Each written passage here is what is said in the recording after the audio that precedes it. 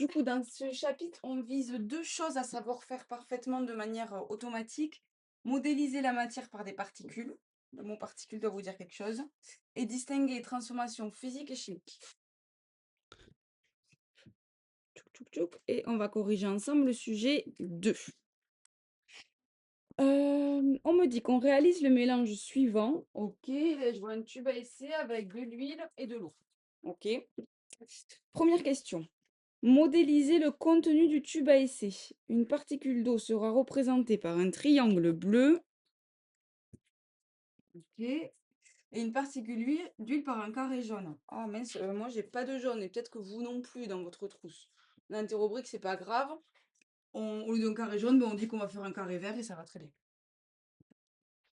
Bon, ben là, ok, bon, j'ai fait mes petits dessins, mais je sais pas trop ce qu'on me demande. Modéliser le contenu du tube à essai. Ça, c'est un nouveau mot modélisé et on me parle de particules.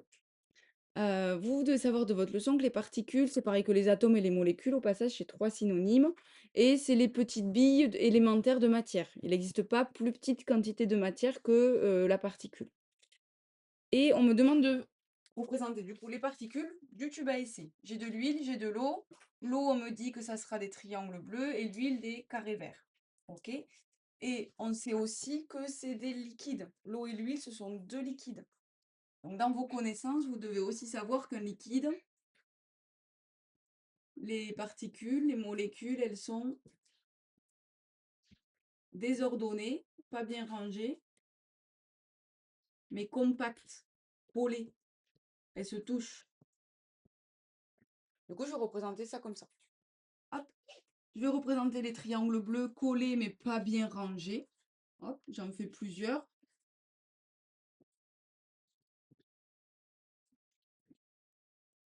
J'en fais pas 158 000.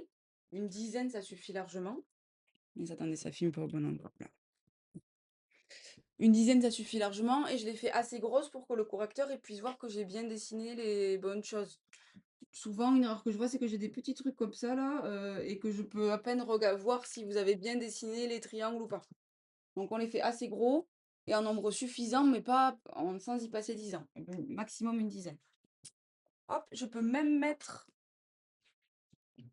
hop là, des petites flèches pour montrer que j'ai compris que les molécules d'un liquide, elles peuvent bouger, elles peuvent glisser les unes sur les autres.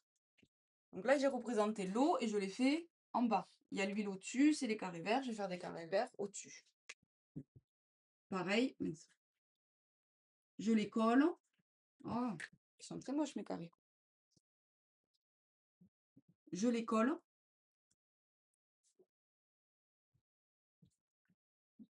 Et je les range pas bien.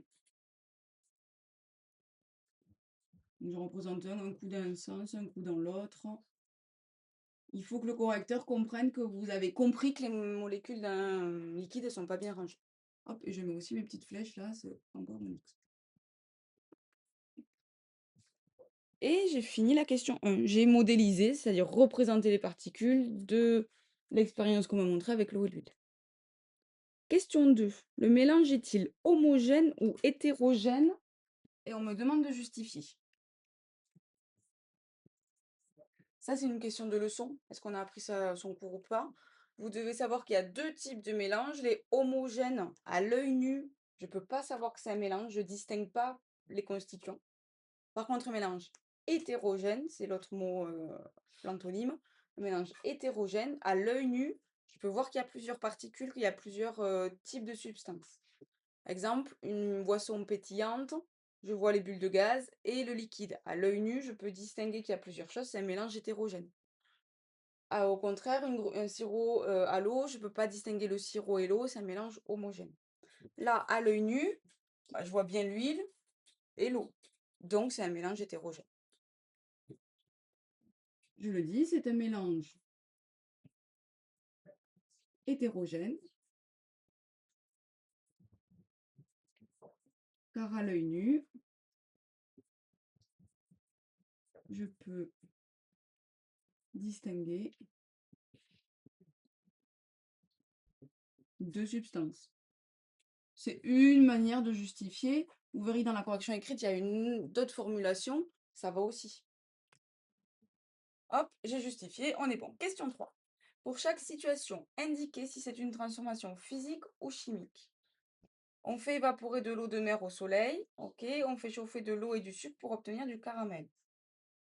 Là, pareil, il y a des connaissances de cours à savoir sur qu'est-ce qui se passe dans une transformation chimique, qu'est-ce qui se passe dans une transformation physique. Une transformation physique, on a les mêmes particules au début et à la fin. Elles n'ont pas été modifiées. J'ai de l'eau au début et j'ai de l'eau à la fin. J'ai du beurre au début, j'ai du beurre à la fin. N'importe quelle que soit la matière, c'est la même début et fin. Par contre, l'organisation des particules a changé. Par exemple, dans un liquide, elles sont dispersées, elles sont collées et désordonnées. Dans un gaz, elles sont dispersées et désordonnées. Elles ont modifié leur organisation. Alors que transformation chimique, j'ai modifié les particules. J'ai pas les mêmes modifications. Voilà, comme ça. Vous n'avez pas besoin de l'écrire, c'est pour vous expliquer. Dans une transformation chimique, on a une modification des particules. Par exemple, je prends de l'eau, du sucre, je fais chauffer, j'ai du caramel. Au début, j'avais de l'eau et du sucre. À la fin, j'ai du caramel. J'ai plus la même matière au début et à la fin. Ça, c'est une transformation chimique. Donc, à chaque fois, pour chaque cas, je vais me poser la question, est-ce que c'est les mêmes particules? Si oui, c'est transformation physique. Est-ce que c'est pas les mêmes molécules? Si oui, c'est une transformation chimique. Donc, on fait évaporer l'eau de mer au soleil. Dans l'eau de mer, au début, j'ai de l'eau et du sel. Là, j'ai mon eau salée, ici. L'eau va s'évaporer, mais ça reste de l'eau. Elle passe de l'état liquide à gazeux. Et le sel va rester au fond. C'est ce qui passe dans les marais salants, par exemple. Donc, au début, j'ai de l'eau et du sel. À la fin, j'ai encore de l'eau et du sel. Donc, c'est une transformation physique. Je l'ai entendu, c'est bien.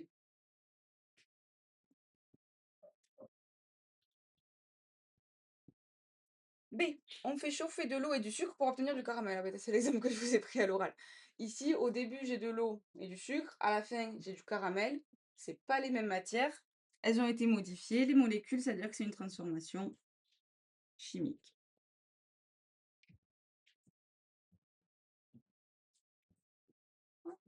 Et j'ai terminé l'exercice. Si vous ne savez pas si c'est bien ce que vous avez fait, etc., parce que vous n'êtes pas obligé de faire exactement les mêmes phrases que moi. Vous venez regarder si les critères de réussite sont respectés. Touc, touc, touc, touc. Si c'est OK, c'est que ça ira pour l'interrubrique. Et si vous avez un petit doute, en autonomie, vous vous entraînez, vous venez montrer ce que vous avez écrit, et je vous dirai si ça irait ou pas, ou comment l'améliorer. Hop, j'arrête.